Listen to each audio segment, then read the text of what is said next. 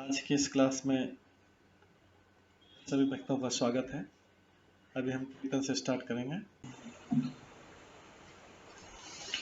जय राधा माधव कुंज बिहारी, जय राधा माधव कुंज बिहारी, जय गोपीजन वल्लभ गिरिवर धारी, जय गोपीजन वल्लभ गिरिवर धारी, यशोदानंदन ब्रज जन रंजन, यशोदानंदन ब्रज जन रंजन, यमुना तीरा वनचारी, यमुना तीरा वनचारी,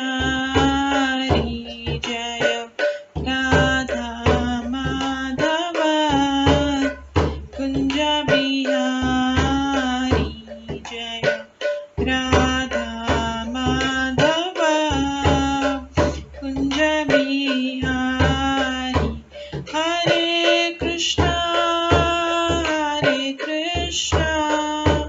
कृष्णा कृष्णा हरे हरे, हरे राम राम राम हरे हरे, हरे कृष्णा कृष्णा कृष्णा हरे हरे, हरे राम राम राम हरे हरे, हरे कृष्णा कृष्णा कृष्णा हरे हरे,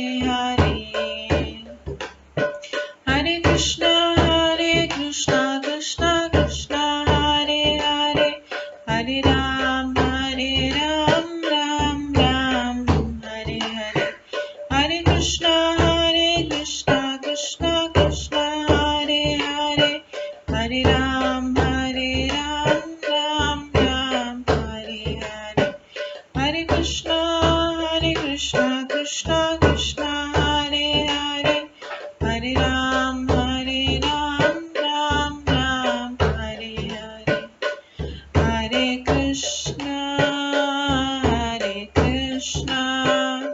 कृष्णा कृष्णा हरे हरे, हरे राम राम राम हरे हरे, हरे कृष्णा कृष्णा कृष्णा हरे हरे, हरे राम राम राम हरे हरे, जय राधा माधव राधे, जय राधा गोविंद राधे, जय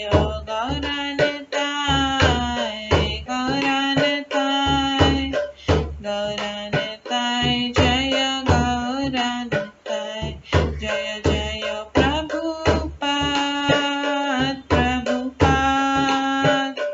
प्रभुपाद जय जय प्रभुपाद, जय जय गुरुदेव जय जय गुरुदेव, नित्य गौर हरि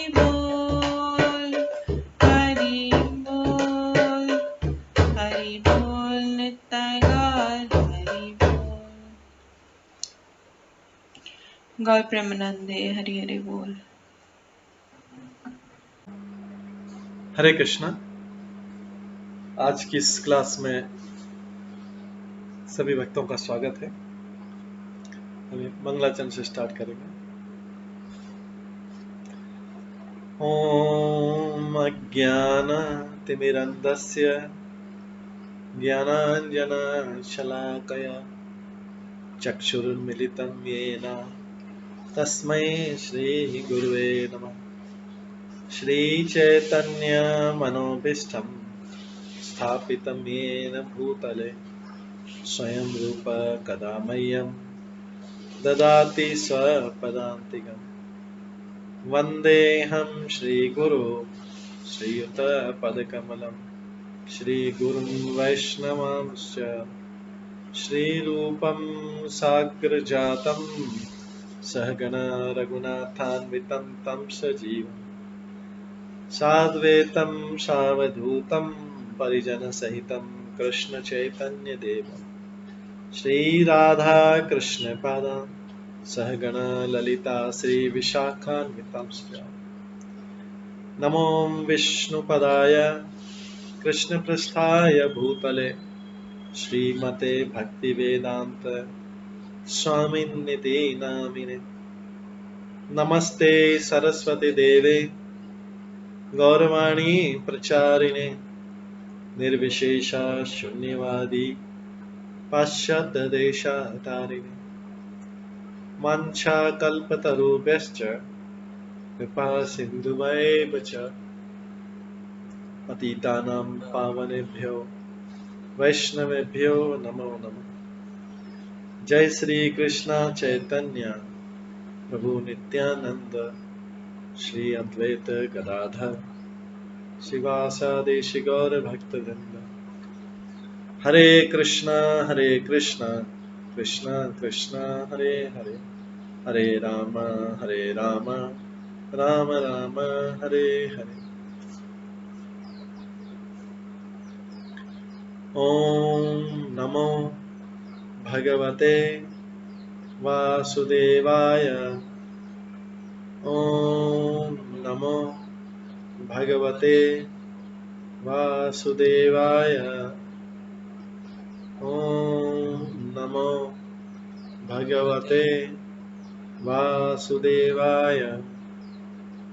नारायणं नमस्कृत्य नरं चैव नरोत्तमं देवीं सरस्वतीं व्यासं ततो जयमुदीरयेत्।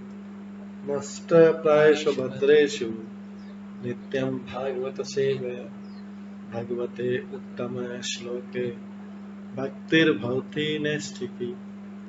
कृष्णाय वासुदेवाय देवकी नंदनाय च नन्दगोपकुमाराय गोविन्दाय नमो नमः। सर्ववेदान्तसारमे श्रीभागवतम् इष्यते तद्रसामृतात् नान्यत्र स्याद्रति क्वचित्। आराध्यो भगवान् ब्रजेश तनयस्तनुधाम वृन्दावन रम्या काचिदुपासना व्रजवधूवर्गेण या कल्पिता। श्रीमद्भागवतं प्रमाणम् अमलं प्रेम कुमार्थमः श्रीचैतन्य महाप्रभुमतम् इदं तत्रादरो न परम्। मूकं करोति वाचालं पङ्गुलङ्घयते गिरिं यत्कृपातमहं वन्दे परमानन्दमाधवम्। हरे कृष्णा।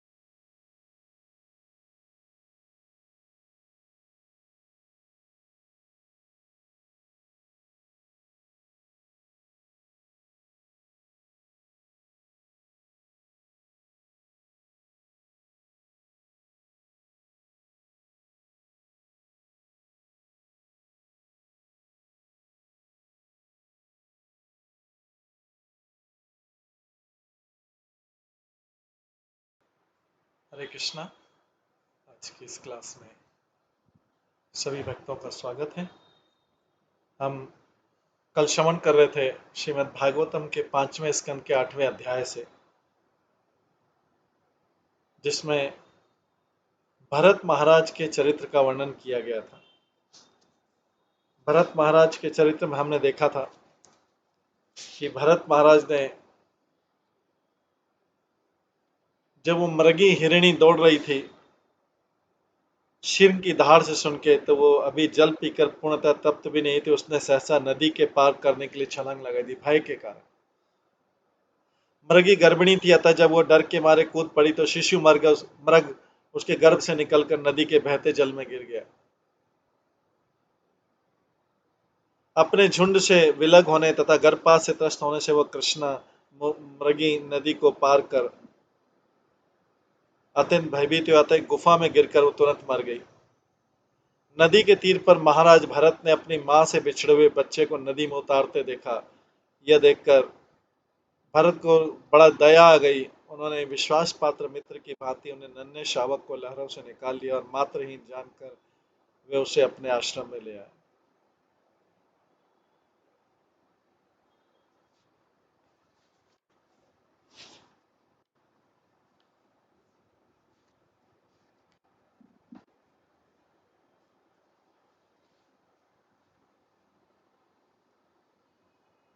धीरे धीरे भरत महाराज उस मृग के प्रति अत्यंत वत्सल होते गए। वे घास खिलाकर उसका पालन करने लगे। वे बाघ तथा अन्य हिंसक पशुओं के आक्रमण के से उसकी सुरक्षा के प्रति सदैव सतर्क रहे। देख, उनको बचाने के बाद उनके ऊपर कितनी रिस्पॉन्सिबिलिटी आ गई। वत्सल हो गए, घास खिलाकर उसका पालन करने लगे, पशुओं के आक्रमण से उसकी सुरक्षा के प्रति सतर्क करते थे। जब उसे खुजली होती तो सहलाते थे और आरामदेह स्थिति में रखने का प्रयत्न करते थे। कभी कभी प्रेमवश उसे चूमते भी थे। इस प्रकार मृग के पालन पोषण में आसक्त हो जाने से महाराजा भरत आध्यात्मिक जीवन के यम नियम को भूल गए पूरी तरीके से, और धीरे धीरे भगवान की आराधना को भी भूल गए। और बहुत दिनों के बाद वे अपनी आध्यात्मिक उन्नति के विषय में सब कुछ भूल गए। उनकी सारी जो राजा का पद त्याग करके आए थे, सारी मेहनत बेकार चली गई। जीवन भर का जो परिश्रम था वो चला गया। महाराजा भरत सोचने लगे, हो बेचारा ये मृग शावक भगवान के प्रतिनिधि काल चक्र के वेग से अपने संबंधियों तथा मित्रों से विलग हो गया, मेरी शरण में है। उन्होंने अपने आप को और सिंपैथिक मूड बनाने वाला, भगवान ने मेरे को भेजा है, इसको भगवान ने, जैसे कही होता ना, इस बच्चे को भगवान ने मेरे को पालन करने के लिए भेजा है। अपने आप को, ये माया का प्रभाव है, अपने आप को उसमें करने के लिए कि हाँ, जस्टिफाई करने के लिए कि माया। ये देखो, मृग शावक भगवान के प्रतिनिधि काल चक्र एक वेग से अपने संबंधित होता मित्रों से विलग होकर मेरे पास में आया। इसको ये अन्य किसी को न जानकर केवल मुझे ही अपना माता पिता तथा भाई तथा स्वजन मानने लगा है। मेरे ऊपर इसकी निष्ठा है। मैं कितना भगवान का कितना कृपालु हूं कि मेरे ऊपर इसको हिरण को भेज दिया पालन के लिए। क्या मेरा सौभाग्य है। ये मेरे अतिरिक्त किसी को नहीं जानता। अतः मुझे ईर्ष्यावश यह नहीं सोचना चाहिए कि इस मृग के कारण मेरा कल्याण होगा। नहीं, मेरा कोई अकल्याण नहीं होगा इसको पालने में। मेरा कर्तव्य है मैं इसका लालन पालन करूं, रक्षण करूं, उसको दुलारूं, उसको पुचकारूं। जब इसने मेरी शरण ग्रहण कर ली तो भला मैं इसे कैसे दुत्कारूंगा। यद्यपि इस मृग से मेरे आध्यात्मिक जीवन में व्यतिक्रम हो रहा है, उनको पता लग गया कि उनका आध्यात्मिक जीवन डिस्टर्ब हो रहा है, किंतु मैं अनुभव करता हूं कि इस प्रकार से कोई असहाय व्यक्ति यदि शरणागत हो तो उसकी उपेक्षा नहीं की जानी चाहिए। ये भरत महाराज अपने आप को जस्टिफाई करें। इस संसार में सभी असहाय हैं भगवान की शरण में। ये असहाय व्यक्ति शरणागत हो जाए, मतलब भरत महाराज ये मानने लगे एक व्यक्ति मेरी शरण में आया है।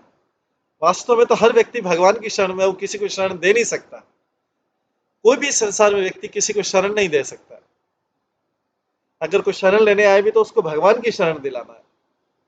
किंतु मैं अनुभव करता हूं कि किस प्रकार से कोई असहाय व्यक्ति यदि शरणागत हो जाए तो उसकी उपेक्षा नहीं की जाती, तब तो बड़ा भारी दोष होगा अगर मैं इसको अपनी शरण में नहीं लो, अगर इसकी सहायता नहीं करूं, उसके ऊपर दया नहीं करूं।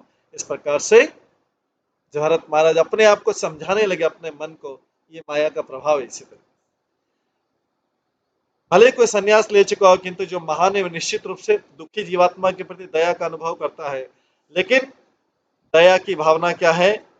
मनुष्यों को दया की जो भावना है, दया की जो परिभाषा है, वो है कि व्यक्ति को भौतिक स्थिति से आध्यात्मिक स्थिति में ट्रांसफर करना, ये वास्तविक दया। दुखी प्राणी को हम इतना ही लाभ पहुंचा सकते हैं कि उनको आध्यात्मिक, उनके अंदर की आध्यात्मिक चेतना को जगा दें। भौतिक सुपास घटाए बढ़ाए नहीं जा सकते। मनुष्य को चाहिए कि शरणागत की रक्षा है तो अपने बड़े से बड़े स्वार्थ की परवाह न करे। शरणागत की रक्षा मतलब है, फिर से यहाँ पे बता रहे, शरणागत की रक्षा का मतलब उसको आध्यात्मिक, भौतिक से आध्यात्मिक जीवन देना। यदि कोई किसी के प्रति दयालु है, किसी की भलाई कर सकता है, तो उसे चाहिए कि उस व्यक्ति को कृष्ण भावना अमृत तक उठाए। इस प्रकार भगवत कृपा से प्रत्येक प्राणी ऊपर उठेगा। यही वास्तविक दया है। मृग के प्रति आसक्ति बढ़ जाने से महाराज अमृत उसी मृग के साथ लेटने लग गए, फिर धीरे धीरे फिर खाने लग गए, टहलने लग गए, स्नान करने लग गए, स्नान भी उसी के साथ करने लग गए, कहीं इधर उधर नहीं चला जाए। किस तरीके से जीरो से कहां आसक्ति उत्पन्न हुआ। इस प्रकार उनका हृदय मृग के स्नेह में बंध गया। उतने महान राजा, तो अगर कोई व्यक्ति सोचे कि मेरी आसक्ति नहीं बढ़ेगी, तो कितना अपने आप को चीटिंग कर रहा है, मूर्ख बना रहा है अपने आप को। बहुत बड़ा चीटिंग कर रहा है। यहाँ पे महाराजा भारत का एग्जाम्पल इसीलिए भागवतम में दिया हुआ है, इसीलिए भागवतम में दिया है कि किस प्रकार से आसक्ति की वृद्धि होती है। इस प्रकार उनका हृदय मृग के स्नेह में बंध गया। कुशम कुशम कुसुम समित पलाश फल फूल उदगानी आरिष्यमाण, ये आज का श्लोक है। व्रकशाला व्रकादिभ्यो भयमा समानो यदा सह हरिण कुणकेन वनम समविशति। जब महाराज भरत को कुश, फूल, लकड़ी, पत्ते, फल तथा कंद तथा जल लाने के लिए जंगल में जाना होता, तो उन्हें भय बना रहता था कि कुत्ते, सियार, बाघ तथा अन्य हिंसक पशु आकर मृग को मार न डाले। अभी तो ये भी चिंता होने लग गई, जंगल में यज्ञ के लिए कुश लाना है, यज्ञ के लिए फूल लाना है, तब भी चिंता, सारी चिंता क्या रहती थी, वो बेचारे बालक को कोई मृग, सियार, बाघ अन्य मार न डाले, बालक को कुछ हो नहीं जाए, मृग शावक को कुछ हो नहीं जाए। हो गई पूरी आसक्ति। अतः जंगल में जाते जाते उसे अपने साथ ले जाते थे। तात्पर्य यहाँ पर बताया गया कि महाराज भरत ने मृग के प्रति अपने स्नेह को किस प्रकार बढ़ा लिया था, किस प्रकार से बढ़ा लिया था। भरत महाराज जैसे महान पुरुष को, जिन्हें भगवान का स्नेह प्राप्त था, एक पशु से स्नेह के कारण अपने पद से नीचे आना पड़ा। पशु से स्नेह के कारण, मनुष्य के बाद दूर, पशु से स्नेह कर नीचे आना पड़ा। फलत जैसा कि हम आगे देखेंगे, अगले जन्म में मृग का शरीर अपनाना पड़ा।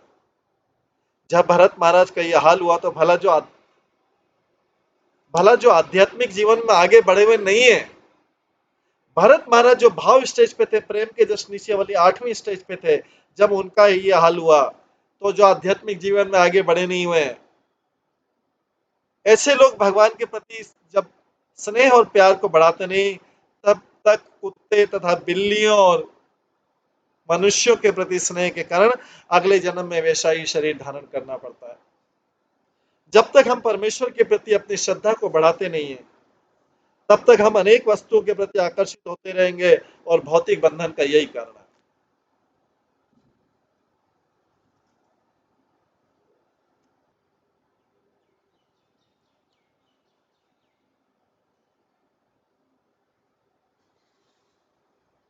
आगे पथिषु च मुग्ध भावे न तत्र तत्र विषक्त मति प्रणय भर हृदय कार्पण्यात् स्कंदो ध्वति एवं मुत्संग उर्षि चाधाय उपलाल यन्मन्दम परमाव। जंगल के मार्ग में मृग अपने चपल स्वभाव के कारण महाराजा भरत को अत्यंत आकर्षक लगता था। नेचुरली मृग शावक के छोटा बालक है तो आकर्षक तो लगेगा ही।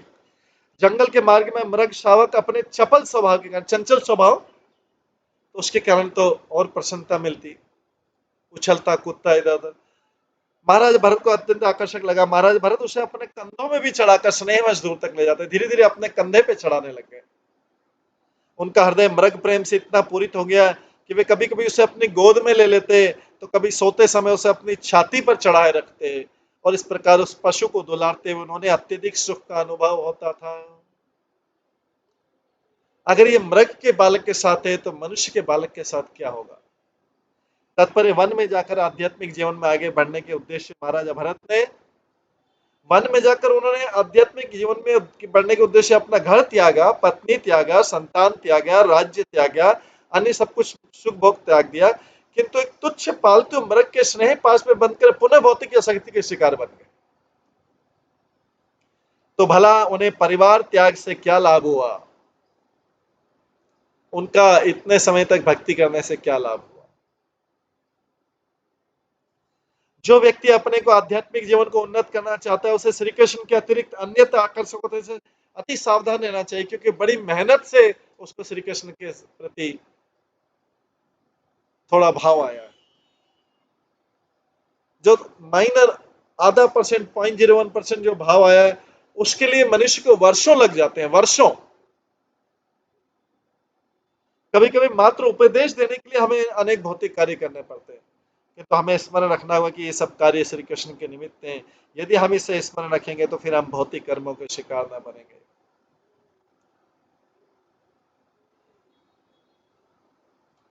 तो ये पाठ भागवत गीता में आया कि किस प्रकार से व्यक्ति ऊपर उठकर भी भौतिक आसक्ति का शिकार बन जाता है, क्योंकि चीज इतनी आकर्षक है। ये क्रियायाम निवृत्ति मानायाम अंतराले अपि उत्थाय उत्थाय यदा एनम अभिचक्षित विभाव सवर्ष पति प्रकटस्थेन मनसा तस्मै आशीष आशास्ते स्वस्ति स्तात वत्स्ते सर्वतः इति। जब महाराजा भरत ईश्वर की आराधना में अन्य अनुष्ठान में व्यस्त रहते थे, तो अनुष्ठानों को समाप्त किए बिना बीच बीच में वे उठ जाते थे और देखने लगते थे मृग कहाँ है।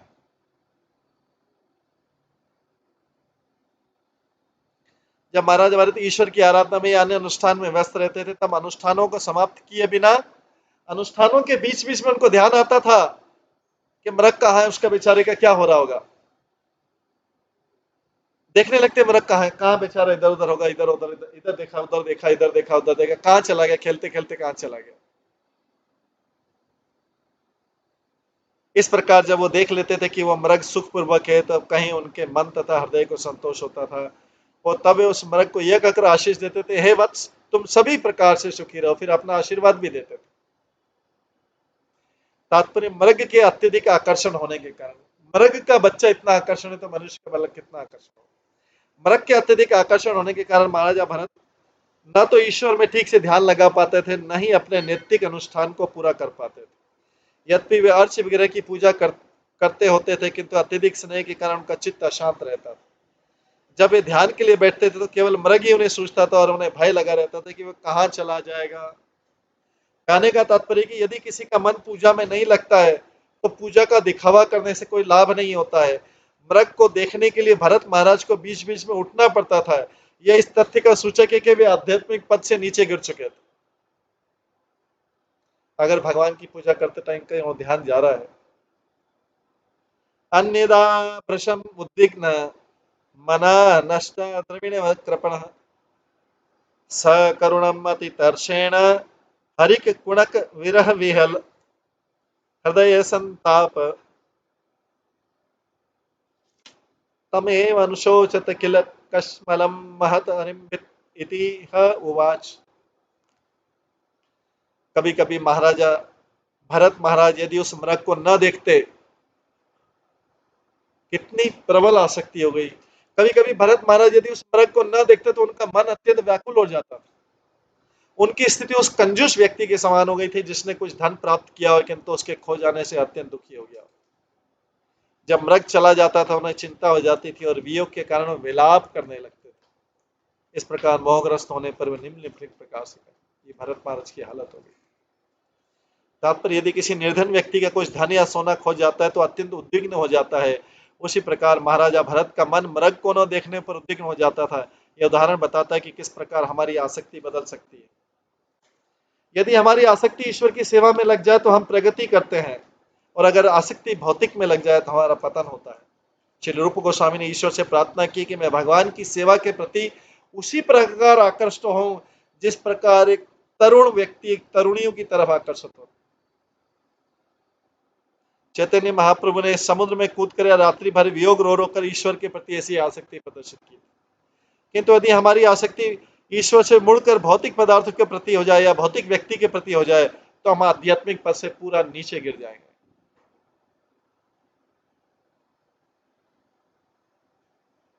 अपि वत्सवे कृपणेन बालको मृत हरिण सुतो मर्माणास्य षट्किराट मतेर कृत सुकृतस्य कृत विस्त्रम्भम् आत्मप्रत्येन तद विगणे न सुजन इवागमिष्यति। भरत महाराज सोचते, ओह ये मृग अब असहाय है, ये मृग अब असहाय, बेचारे को कोई सहायता करने वाला नहीं। कई बार ऐसा हमें भौतिक रूप से लगता है इस व्यक्ति को कोई सहायता करने वाली है, मेरे अलावा कौन सहायता कर सकता है, मेरे अलावा इस व्यक्ति के कौन इस संसार में है, एजे भगवान तो है ही नहीं और भगवान किसी की सहायता भी नहीं कर रहे, ऐसा लगता है। भगवान तो सुनते नहीं है, मेरे अलावा कौन सहायता करने वाला। ओह ये मृग अब असहाय है, भरत महाराज सोचने लगे, मैं अत्यंत अभागा हूं, मेरा मन चतुर शिकारी की भांति, क्योंकि सदैव छल तथा निष्ठुरता से पूर्ण रहता है। ये बेचारा कोमल है और मेरा मन छली है। इस मृग ने मुझ पर उसी प्रकार विश्वास किया जिस प्रकार एक भद्र पुरुष धूर्त मित्र के दुराचार को भूलकर उस पर विश्वास प्रकट करता है, जिस प्रकार एक सज्जन पुरुष धोखेबाज व्यक्ति के ऊपर विश्वास कर लेता है। इस मृग ने मेरे ऊपर ऐसा, मैं धोखेबाज हूं। भरत महाराज को पहली बार ऐसा अनुभव हुआ होगा, उन्होंने जीवन में कभी सोचा नहीं कि अपने आप को धोखेबाज करके मान सकते, लेकिन मृग के कारण सोच रहे कि ये वास्तव में तो इतना कोमल, इतना इतना इनोसेंट है कि मेरे ऊपर विश्वास कर लिया, मैं धोखेबाज हूं, मैं छल तथा निष्ठुरता से पूर्ण रहता हूं। कभी कोई व्यक्ति अपने आप को छल और निष्ठुर और ये नहीं बोलता, कभी नहीं बोलता, लेकिन यहाँ पे उस मृग के प्रति इतनी आसक्ति थी कि बोल रहे कि मैं इसके लिए धोखेबाज व्यक्ति, इसने मुझ जैसे पर विश्वास कर लिया।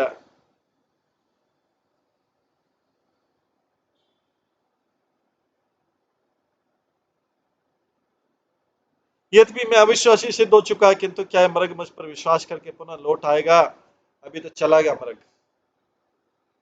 मृग जो है एक दिन कहीं चला गया। जैसे इस संसार में हम जिस जिस वस्तु से या व्यक्ति से भौतिक आस्था करते हैं, धीरे धीरे वो हमारे जीवन से चला जाता है। और लेकिन उससे वस्तु से या व्यक्ति से आसक्ति करके हमने अपना कितना नुकसान कर लिया। इर्रिवोकेबल,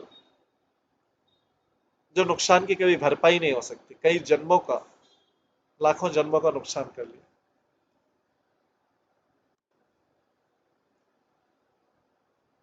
इस भौतिक वस्तु या व्यक्ति से उसको प्राप्त करने के लिए या हमने सोचा कि वो असहाय है, उसको हम कितना पाप करते हैं। अंत में हमें रियलाइज होता है कि ओ, कोई भी व्यक्ति जीवन में परमानेंट रहने वाला नहीं है, तो उसके लिए क्यों पाप किए जाए।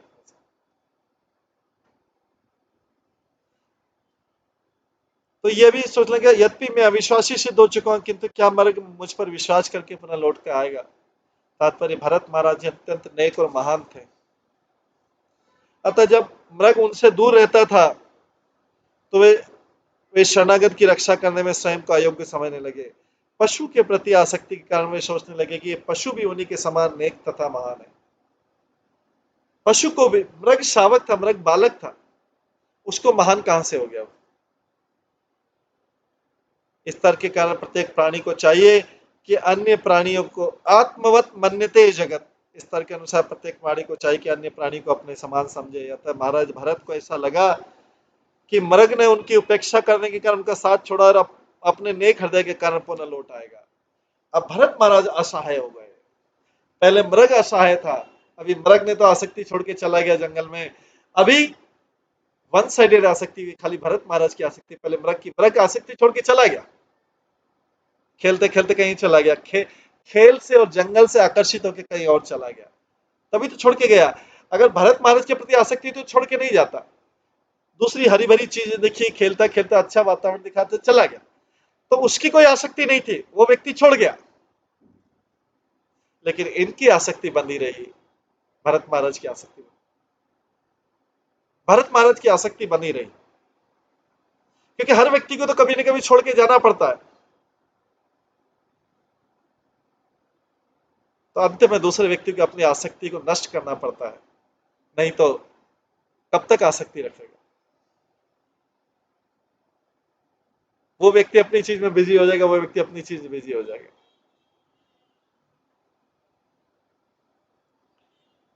अतः भरत महाराज को ऐसा लगा कि मृग ने उसकी उपेक्षा करने के कारण साथ छोड़ दिया, तो भरत महाराज की आसक्ति बनी रही और मृग की आसक्ति छोड़ के चला गया दूसरी तरफ, और अपना नेक हृदय के कारण भरत महाराज सोच रहे वापस आ जाएगा।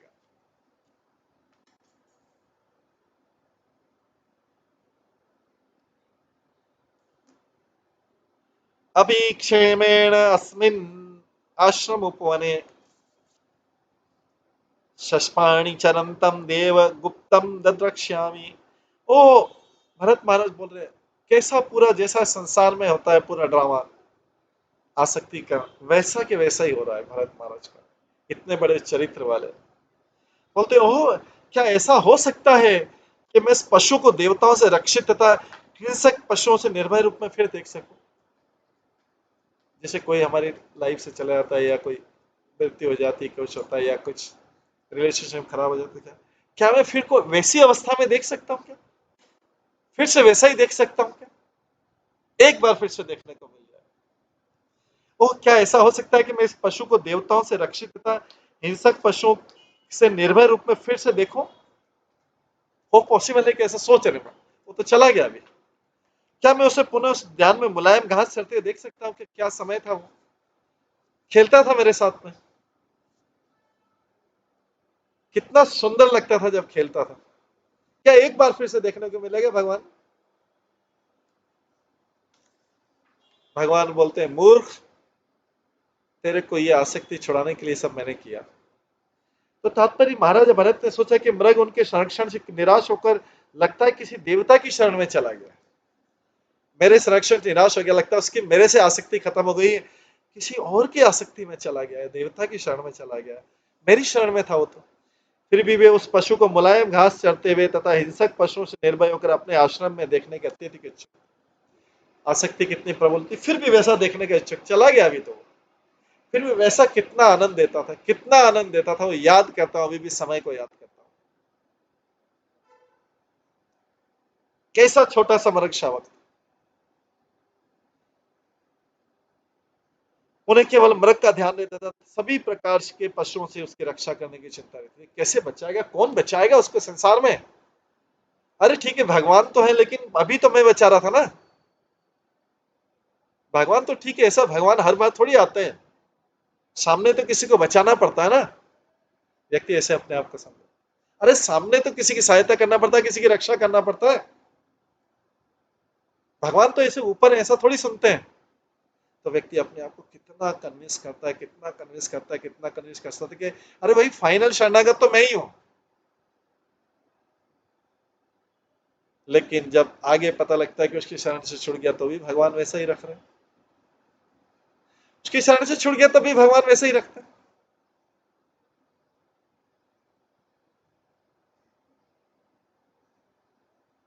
अभी इसका भ्रम दूर हो जाता है कि मैं शरणागत।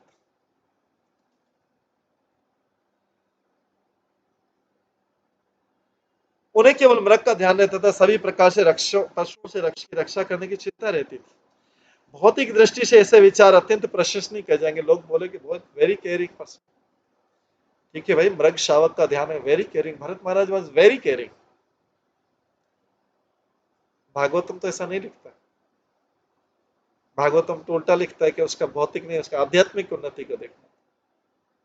उनको अपनी, भरत महाराज को अपनी आध्यात्मिक उन्नति देखना था, क्योंकि वो अपनी आत्मी उसके आगे लिखा है कि अब वो अपनी आध्यात्मिक उन्नति देखते और भगवान से प्रार्थना करते, तो हो सकता है भगवान उसका केयर कर लेता मृग शावक का।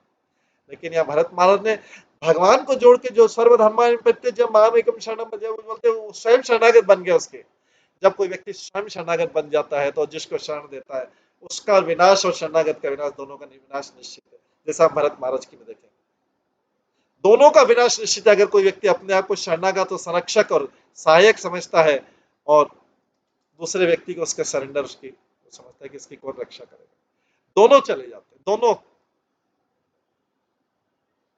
क्योंकि एक ने भगवान का रोल ले लिया और एक भक्त का रोल ले लिया। भगवान तो सबके शरणागत है और जो शरण में आता है वो भक्त है। तो भक्त और भगवान का रोल ले लिया, नकली रोल, तो डिस्ट्रक्शन तो होना है, क्योंकि समय का इंतजार है कि समय कहते हैं तो डिस्ट्रक्शन तो होना है। दोनों का डिस्ट्रक्शन होता है,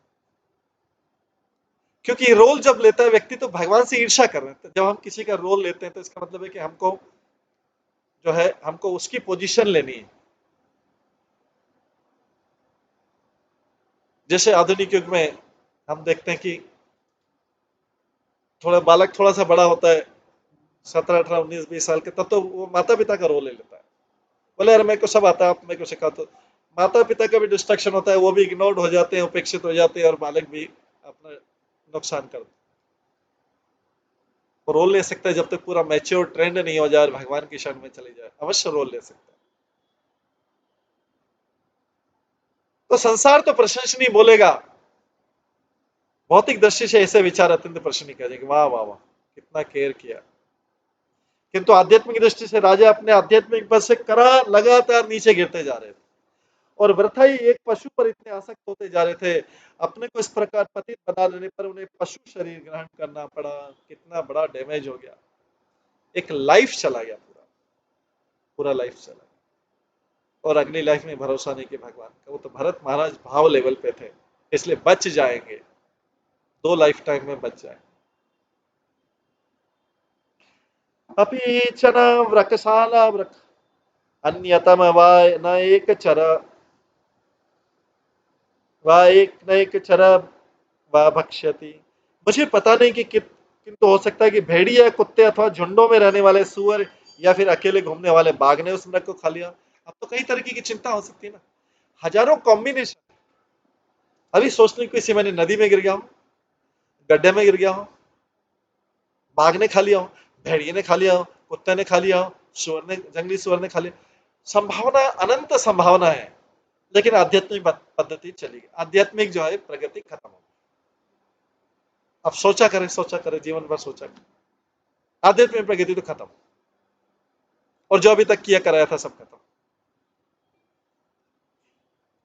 तात्पर्य, बाघ भी कभी कभी जंगल में झुंड में नहीं घूमते, प्रत्येक बाघ अकेला घूमता है, किंतु जंगली सूर एक साथ रहते हैं। इसी प्रकार भेड़िए, कुत्ते आदि भी एक साथ रहते हैं। इस प्रकार महाराज भरत ने सोचा, हो न हो बेचारा हिरन इनमें से किसी हिंसक पशु के द्वारा मार दिया गया। अब जो आशा थी, जो होप था, जो प्रसन्नता थी, अब किस में दुख में बदल गया, शोक में, शोक में बदल गया। अब शोक ही शोक, पूरा जीवन भर उस चीज का शोक चलेगा जब तक मृत्यु नहीं हो जाए। भरत महाराज का ज्यादा जीवन नहीं चलेगा, लेकिन अभी तक क्यों, पहले जिससे आसक्ति थी अब उसका शोक। ये ट्विन में आता है, आसक्ति के साथ शोक आता है, क्योंकि आसक्ति संसार में भगवान के अलावा कोई भी आसक्ति परमानेंट नहीं है। ये बार बार हमें पता है, हम अपने जीवन में भी आस पास सराउंडिंग अराउंडिंग सब देखते रहते। हर आसक्ति के साथ बाद में शोक है, और शोक भय, शोक मोह भय, ये तीनों भगवान से दूर ले जाते हैं। इस प्रकार महाराज भरत ने सोचा कि हो ना हो बेचारा हिरन इनमें से किसी हिंसक पशु द्वारा मार डाला गया होगा। अब शोक चालू हो गया है, और शोक भी किस सीमा का है देखते हैं। अभी कई बार व्यक्ति शोक शोक में, जैसे किसी की मृत्यु होती, कई बार देखा गया कि किसी के, उसके संतान की मृत्यु है, जब माता पिता को पता लगता है तो उनको हार्ट अटैक होकर वहीं पर खत्म हो जाता है, शोक के कारण हार्ट अटैक वो वहीं खत्म हो जाता है। शोक भी कितना भयानक होता है। तो निम्नलोचति ह भगवान सकल जगत क्षेम उदय त्रय्यात्माद्यापि ममना मृग वधु न्यास आगच्छति। ओह, भरत महाराज सोच रहे, ओह, सूर्य के उदय होते ही सभी सूर्य शुभ कार्य होने लगते हैं। सूर्य उदय होता है तो शुभ, सूर्य का उदय शुभ होता माना जाता है। सूर्य के उदय से सब शुभ कार्य होने लगते हैं। दुर्भाग्यवश मेरे लिए ऐसा नहीं हो रहा है। अभी एक एक करके वो सबको सब कुछ खराब लगेगा उसको, क्योंकि अभी शोक में है। हिरण के बालक की आसक्ति उसी ने की थी, तो मेरे लिए ऐसा नहीं हो रहा है, मेरे लिए तो सब अशुभ अशुभ हो रहा है। अभी तो कुछ भी टेस्ट नहीं आएगा ना, क्योंकि जिस चीज से आसक्ति थी वो चीज का कारण शोक हो रहा है। अब तो टेस्ट में कुछ भी अच्छा नहीं लगेगा। जब जीवन में आसक्ति खत्म होती तो ऐसा कुछ भी अच्छा नहीं लगता, क्योंकि अभी तो आसक्ति खत्म हुई, तो पहले बनाने में ही सारी गड़बड़ हो गई। मेरे लिए ऐसा कुछ, सूर्यदेव साक्षात वेद है, किंतु मैं तो समस्त वैदिक नियमों से शून्य हूँ। वे सूर्यदेव अस्त हो रहे हैं, उदय भी अस्त भी हो रहे हैं, तो भी बेचारा पशु जिसने अपनी माता की मृत्यु होने पर मुझ पर विश्वास किया था अभी तक नहीं लौटा। तो अभी भरत महाराज बोल रहे मैं धोखेबाज हूं, मैं उसकी रक्षा नहीं कर पाया, मैं उसकी रक्षा नहीं कर पाया। ब्रह्म संहिता में सूर्य को भगवान का नेत्र कहा गया। ब्रह्म संहिता के 5वें अध्याय के 52वें श्लोक में कहा गया है, सूर्य को इसलिए प्रणाम करते हैं लोग, भगवान का नेत्र है, विराट रूप में तो भगवान का नेत्र है। यच्चाक्षुरेश सविता सकल ग्रहाणाम राजा समस्त सुरपुरुतिशेष तेजा यस्याज्ञया भ्रमति संभृत्य काल चक्रो गोविंदमादि पुरुषम तमं भजामि। सूर्योदय होते ही मनुष्य को गायत्री मंत्र से प्रारंभ करके वैदिक मंत्र का उच्चारण करना चाहिए। सूर्योदय होते ही मनुष्य को गायत्री मंत्र से आरंभ करके वैदिक मंत्रों का उच्चारण करना चाहिए। सूर्य परमेश्वर के नेत्रों का प्रतीक है। महाराजा भरत को पश्चाताप हो रहा था कि यद्यपि सूर्य अस्त होने वाला है, अरे मैं तो उदय से लेके अस्त तक होने का वेट कर रहा हूं, तो खत्म होता जा रहा है। इसलिए किंतु बेचारे मृग मृग की अनुपस्थिति के कारण उन्हें कुछ भी शुभ नहीं लग रहा था। कहा भरत महाराज रोज 3 टाइम स्नान करके यज्ञ करते थे, जंगल से लकड़ी लाते थे, कंदमूल फल लाते थे, पुष्प लाते थे, पत्र लाते थे, डेली करते थे, भगवान में लगा। कहा अभी उनको कुछ भी अच्छा नहीं लग रहा है। केवल एक मृग के बालक ने उनको इतना आसक्त, उन्हें कारण कुछ भी शुभ नहीं लग रहा था। इसलिए भरत महाराज ने अपने को सर्वाधिक अभागा माना, वो अपने को हीन मान रहे कि अब तो मैं किसी लायक ही नहीं रहा, भगवान को तो छोड़ ही दिया, ये मृग को भी बचा नहीं सका।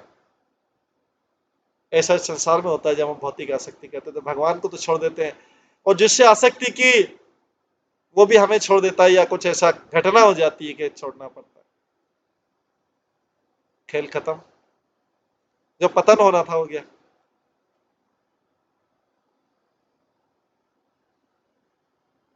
ये महाराज का चरित्र भरत महाराज का इसीलिए बताया जा रहा, पूरा अध्याय इसीलिए, जैसा पहले कि हमने समझ को चुके कि चरित्र इसलिए बताया जा रहा है भागवतम में, रियल घटना है लेकिन चरित्र इस प्रकार से बताया जा रहा। महाराजा भरत ने अपने को सर्वाधिक अभागा माना। अगर ये छोटी मोटी चीज होती तो इस भरत महाराज का चरित्र का वर्णन नहीं आता इसमें भागवतम, इसके लिए कोई स्थान नहीं होता, इतनी बड़ी चीज है। इसलिए भरत महाराज ने अपने को सर्वाधिक अभागा माना, क्योंकि सूर्य की उपस्थिति में भी उन्हें कुछ भी शुभ नहीं लग रहा था। सूर्य की उपस्थिति सब कुछ शुभ होना चाहिए, कुछ भी शुभ नहीं लग रहा था। नथिंग इन पॉसिबल, सब चीज रुचिहीन लग रही थी, स्वादहीन लग रही थी। ऐसे में अगर भरत महाराज को कोई बहुत अच्छा खाना भी दे देगा, कुछ टेस्ट नहीं आएगा, कुछ भी टेस्ट नहीं आएगा। आसक्ति भगवान ने एक तलवार से काट दी, एक तलवार का झटका देते हैं और आसक्ति काट। कोई बोलेगा भगवान इतने निर्दयी हैं, वास्तव में भगवान ही असली दयालु हैं, क्योंकि उनको पता है कि इसकी आसक्ति की तलवार से नहीं काटा, झटके से नहीं काटा, तो ये जो है ऐसा गिरेगा कि करोड़ों जन्म यहीं रह जाएगा। भगवान भक्त समझ के तलवार से काट देते। यहाँ पे हिरण चला गया, मृग शावक चला गया, सारी आसक्ति। लेकिन अब तो समय भी नहीं था दूसरी जगह आसक्ति लगाए, भूल गए थे भगवान को, तो मृग में इतने समय से लग गए थे।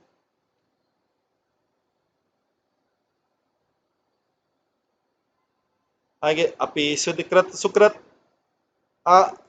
सुकृतम आगत्य माम सुखयिष्यति हरिण राजकुमारो विविध रुचिर दर्शनीय निजमृग दारक विनोदरेन संतोषम सारा अपदम।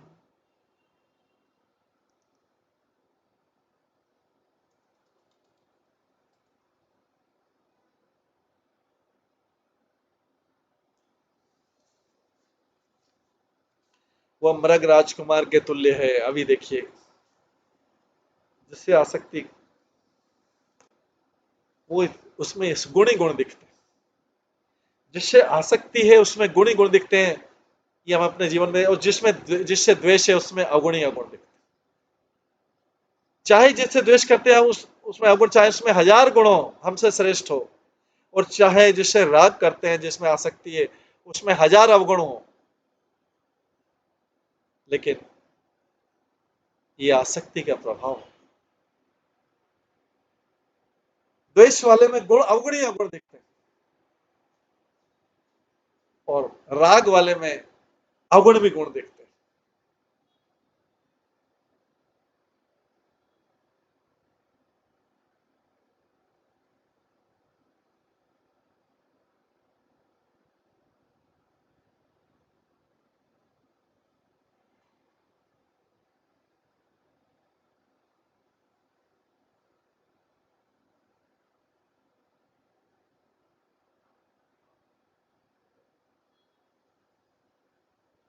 वो मृग राजकुमार के तुल्य कब लौटेगा, वो कब फिर अपनी मनोहर क्रीड़ा दिखाएगा। वही चीज याद आती ना कि जो उसने मृग शावक बालक ने छोटी छोटी अच्छी अच्छी चीजें बताई थी, कैसे खेलता था, कैसे कूदता था, कैसे मेरी गोद में आ जाता था, जब मैं यज्ञ करता रहता था कैसे मेरी गोद में आ जाता था, कैसे मेरे ऊपर ही निर्भर रहता था, ऐसा लगता था कि मेरे अलावा उसको पालने वाला कोई नहीं है। कैसा बेचारा, कैसा मेरे ऊपर निर्भर रहता था। जब व्यक्ति ऊपर कोई निर्भर रहता है उसको लगता है कि एकदम मेरा तो कल्याण हो गया, मेरे ऊपर निर्भर है, मेरे अलावा इसको कुछ भी अच्छा नहीं लगता, मैं कितना महान हूं।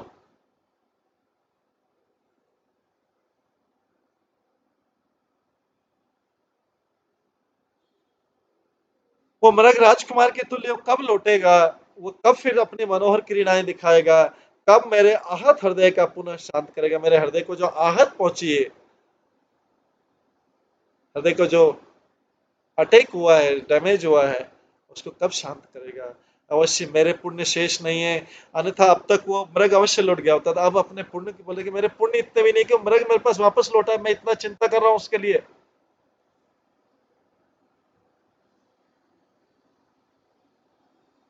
जिस प्रकार से कोई व्यक्ति, छोटा बालक है, बहुत शिशु, 2 4 महीने 5 महीने का, जब वो माता पिता की गोद में रहता है तो कैसा उसको सोचते हैं, माता पिता सोचते हैं अरे इसका हमारे अलावा कोई रक्षक नहीं है, बेचारा हमारे अलावा कोई रक्षक नहीं। कोई बड़ा होता है तो छोड़ जाता है, फिर वो माता पिता की रक्षा करता है, उल्टा हो जाता है, सारा गेम उल्टा हो जाता है।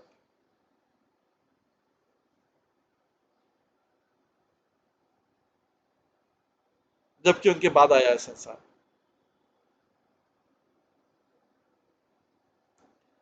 मृग की अनुपस्थिति में के कारण चिंतावश राजा ने पशु को इस प्रकार संबोधित किया मानो उसका पुत्र हो। स्नेह के वशीभूत होकर किसी को कुछ भी कहकर पुकारा जा सकता है, स्नेह के वशीभूत होकर। स्नेह के वशीभूत से कई बार क्या होता है, कोई नाम नहीं निकलता, कुछ भी निकाल देते हैं ना नाम मुंह से। ओ मेरा सोनू, ओ मेरा मोनू, ओ मेरा जोनू, ऐसा ऐसा कुछ भी नाम, क्योंकि स्नेह वशी। पास में उसी बालक को बड़ा होके उसको कहीं पे बताया ओ सोनू जोनू मोनू, वो सुनेगा नहीं, वो बोलेगा आपको पूरा नाम बोलना चाहिए मेरा। क्या विडंबना है। वही बोलेगा, माता पिता अगर बोलेंगे तो बोले अपमानित करेंगे, तो आपको आपको एटिकेट्स नहीं क्या है, सबके सामने ऐसी ऐसा बोलते हैं नाम के। लेकिन वही बालक को पहले उसी नाम से पुकारा जाता था, प्रेम के वश पूरा। सेम ही तो बालक बड़ा हुआ है, अभी उसके सबके सामने ही पुकारा जाता था। लेकिन अभी अगर सबके सामने पुकारा जाए कि बोले कि आप मेरा ये नाम मत लीजिए कर, कोई भी बालक चाहे कितने, ये मत नाम लीजिए करिए, इससे मेरे को शर्म आती है, ये टिकट मेरा ऑफिशियल नेम लीजिए।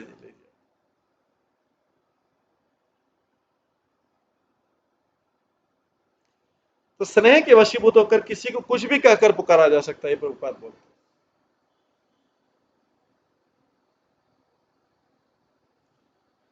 श्वेलिकायां माममर्षां समाधिना मिलितदृशं प्रेम सरम्भेण चकित चकितागत्य प्रशत अपरुष विषाण अग्रेण लुठती। ओह, फिर याद कर रहा अभी तो, क्योंकि इतनी आकर्षक बाल्यपन की लीलाएं इतनी आकर्षक रहती हैं। वास्तव में भगवान की लीलाओं से आकर्षण होना चाहिए, क्योंकि मनुष्य तो बड़ा के भगवान तब भी उतने ही आकर्षण देते हैं, बड़े होने पर भी उतने ही आकर्षण देते हैं।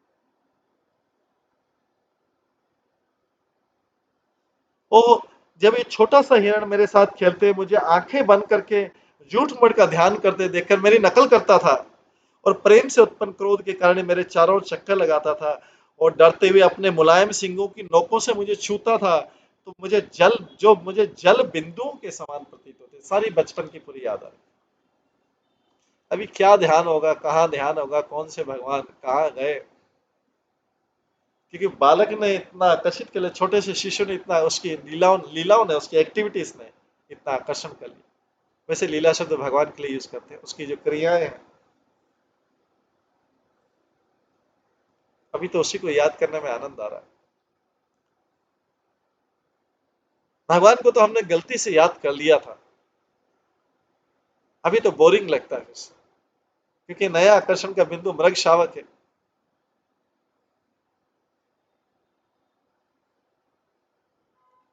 देखो मेरे चारों ओर कैसे चक्कर लगाता है और डरते हुए मेरे से डरता है। देखो व्यक्ति को इस चीज का भी बहुत सर्टिफिकेशन मिलता है, कोई व्यक्ति उससे डरता हो। किसी को भी वो छोटे बालक को डरा धमका दे तो उसको बहुत आनंद आता है उसमें।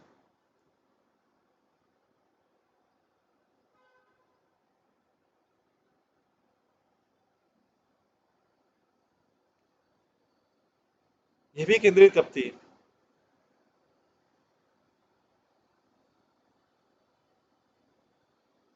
मेरे चारों चक्कर लगाता है और डरते हुए अपने मुलायम सिंगों की नोक से मुझे छूता है, जो मुझे जल बिंदु के समान प्रतीत होता है। तात्पर्य भरत महाराज को अपना ध्यान जूठा लगा, वही चीज आ गई।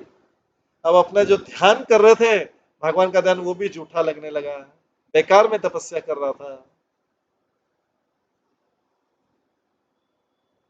ध्यान करते समय मृग के वास्तव में मृग के विषय में सोचते रहे, और जब वो आकर अपने पहने सिंगों से कुदेरता था तो उन्हें अत्यधिक प्रसन्नता होती थी।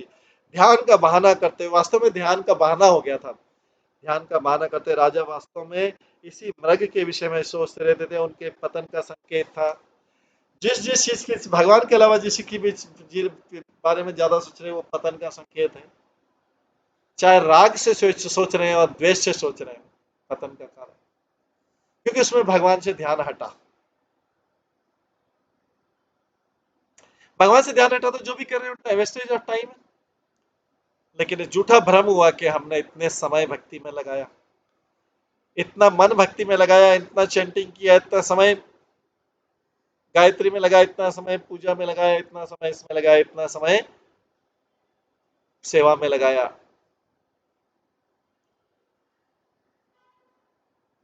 किंतु यहाँ पे लिखा है कि राजा वास्तव में इसी मृग के विषय में सोचते रहे, यही इनके पतन का संदेश संकेत। आसादित हवषि महर्षि दूषिते मया उपलब्धय भीता भीता सपदि उपरात दास ऋषि कुमार बत अवहित कर्ण कलापास्ते। जब मैं यज्ञ की समस्त सामग्री को कुश पर रखता हूँ तो ये मृग खेल खेल में कुश को अपने दांतों से छूकर अपवित्र कर देता है।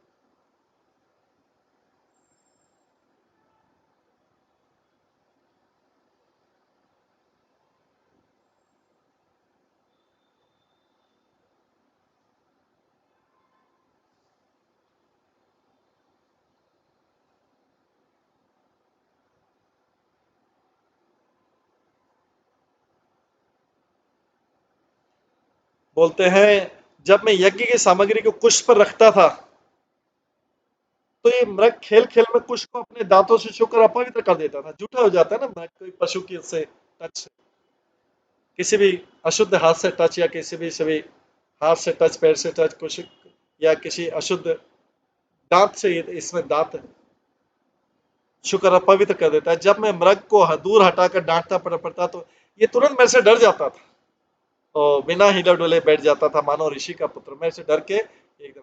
कितना और प्रसन्नता का विषय हो गया, कोई व्यक्ति डर से चुपचाप बैठ जाए तो, डर से बोलना बंद कर देता, कितना सुख देता है कि मेरे में कितनी ताकत है, मेरे में कितना है कि मेरे डर से, मेरे एक बार चिल्लाने से व्यक्ति चुप हो जाता है। कितनी पावर है मुझे।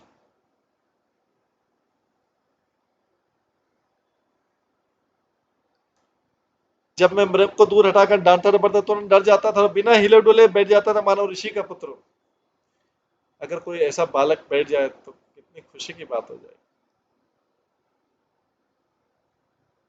देखो किसी से नहीं संभला, बालक मेरे से संभल गया। ये भी एक इंद्रिय तृप्ति का साधन। इसलिए व्यक्ति का स्वभाव बन जाता है बार बार बांटना पट के, उसको पता है कि इसी में सक्सेस मिलती है, और तुरंत डर जाता है और बिना हिले डुले बैठ जाता है मानो ऋषि का पुत्र। तब वो अपना खेल बंद कर देता है, मेरे डर के मारे वो चुपचाप बैठ जाता है जैसे मुनि बैठ गया, मानो ऋषि का पुत्र। तात्पर्य महाराजा भरत मृग के कार्यकलापों का निरंतर चिंतन करते रहे, और ये भूल गए कि ऐसे ध्यान से तथा चित्त के हटने से उनकी आध्यात्मिक उन्नति नष्ट हुई। उनको सेटिस्फेक्शन किससे मिला, ये मेरे डर से चुप हो गया, तो उसी को संभालने में रह गया वो। उसी को संभालने में, कह रही है मेरे से हर बार डर जाता है ये कर इसको। ये तो बहुत इंटरेस्टिंग गेम हो गया, इससे तो सेटिस्फेक्शन मिलता है। लेकिन उस बीच में उसको डांटने में, उसको उसको बालक को सुधारने में ऐसे जीवन चला जाता है।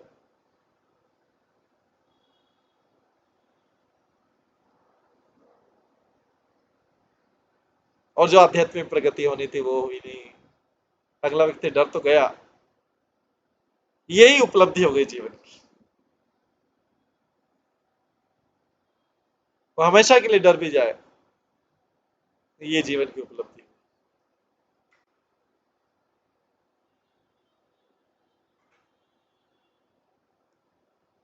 किमारे आचरितम तप तपस्विना अनया यत् यम अवनि सविनय सविनय कृष्ण सार तनय तनुतर सुभक्षितम अखर खुर पंक्ति भी द्रविण विधुर तुरस्य द्रविणस्य मम द्रविण पदवीं सूचन्ति आत्मानं च सर्वगत कृतक्रोधकं द्विजानाम सर्गपवर्ग कामानाम ते वयजनम करोति। इस प्रकार पागल की भांति महाराजा भरत उठे और बाहर निकल गए, आसक्ति में पागल, मैड इन अटैचमेंट। धरती पर मृग के पद चिन्हों को देखते उसकी प्रशंसा में अत्यंत, अब उसके चिन्हों को देखते हुए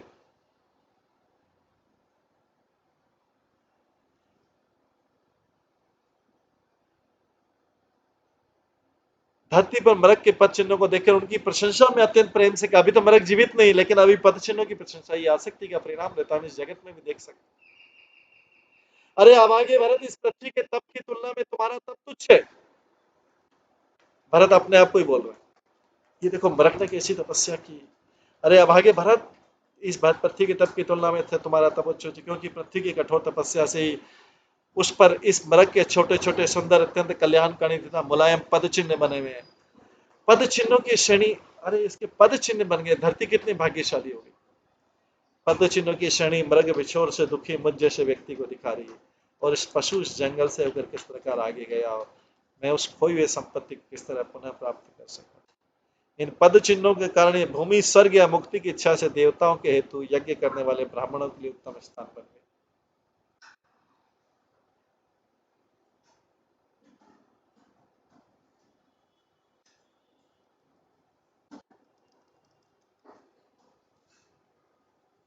तात्पर्य कहा जाता है कि जब कोई पुरुष प्रेम व्यापार में अत्यधिक फंस जाता है, जब कोई पुरुष प्रेम व्यापार में, आसक्ति व्यापार में अत्यधिक फंस जाता है, तो स्वयं को तथा दूसरों को तो भूलता ही है, वो कर्म करना और बात करना भी भूलने लग जाता है।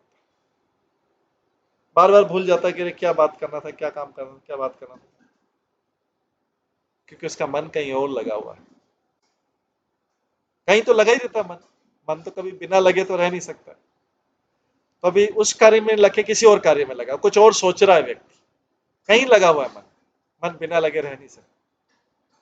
तो जब कोई पुरुष प्रेम व्यापार में अत्यधिक फंस जाता है तो स्वयं को तथा दूसरों को तो भूलता है, वो कर्म करना बात करना भी भूल जाता है। ऐसी किंवदंती है कि एक मनुष्य के जन्मान पुत्र हुआ, जन्म से अंधा हुआ, किंतु पिता ने पुत्र के प्रति अत्यधिक स्नेह के कारण उसका नाम पद्म लोचन रख दिया। जन्म से अंधा पैदा हुआ, लेकिन नाम क्या रख दिया, पद्म लोचन, मतलब जिसके नेत्र कमल के समान। अंध प्रेम की ऐसी दशा। व्यक्ति को जिससे आसक्ति हो जाए, जिससे प्रेम हो जाए, उसमें सब कुछ अच्छा अच्छा दिखता है। तो अंधे पुत्र का नाम पद्मलोचन रख दिया, मतलब कमल के समान। ये व्यक्ति ऐसा पागल होता है। भरत महाराज मृग के भौतिक प्रेम में फंसकर धीरे धीरे ऐसी दशा को प्राप्त हुए। स्मृति शास्त्र का वचन है, यस्मिन देशे मृग कृष्ण तस्मिन धर्मान निबोधत। जिस भूभाग में श्याम मृग के पद चिन्ह देखें, उसे धार्मिक कृत्यों के लिए उपयुक्त स्थान समझना चाहिए। जिस भूभाग में श्याम मृग के पद चिन्ह देखें, उसे धार्मिक कृत्यों के लिए उपयुक्त स्थान समझना चाहिए। इस प्रकार से हम देखते हैं कि भरत महाराज एकदम पागल जैसे हो गए, मृग के चिन्हों को देख देख के खुश हो रहे हैं। जैसे भगवान के चरण चिन्ह को कोई देख के अखरू खुश हुए थे, वो मृग के पद चिन्हों को देख के, जो उनसे भी नीचे लेवल का प्राणी। ये आसक्ति है। जो उनसे कई गुना करोड़ों गुना नीचे लेवल का प्राणी है, उसके चिन्हों को देख के बोलते पृथ्वी कितनी भाग्यशाली कि इस मृग के चिन्ह पृथ्वी। महाराज भरत, मुनि भरत, उनकी स्थिति, व्यक्ति को अपनी स्थिति पता नहीं लगता है, लेकिन जब वो जैसे कार्य करता है, उससे दूसरों को पता लगता है कि क्या स्थिति है, किसके प्रेम में ये पागल है, किसकी आसक्ति में पागल है, क्या सोच रहा है, किस शोक में डूबा हुआ, किस मोह में डूबा हुआ है, किस आसक्ति में डूबा।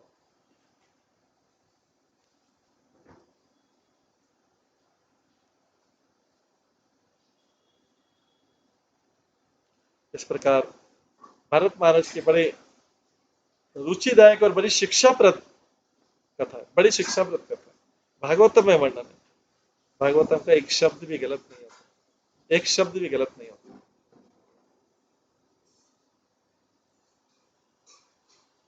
तो इसके आगे का कल हम श्रवण करेंगे। आज के यहीं पे विराम देते हैं। सभी भक्तों का बहुत बहुत धन्यवाद। सब भक्तों के लिए एक बार हरे कृष्ण महामंत्र का जप करते हैं। हरे कृष्णा कृष्णा कृष्णा हरे हरे, हरे राम राम राम हरे। श्रीमद् भागवतम महापुराण की जय। श्रील प्रभुपाद की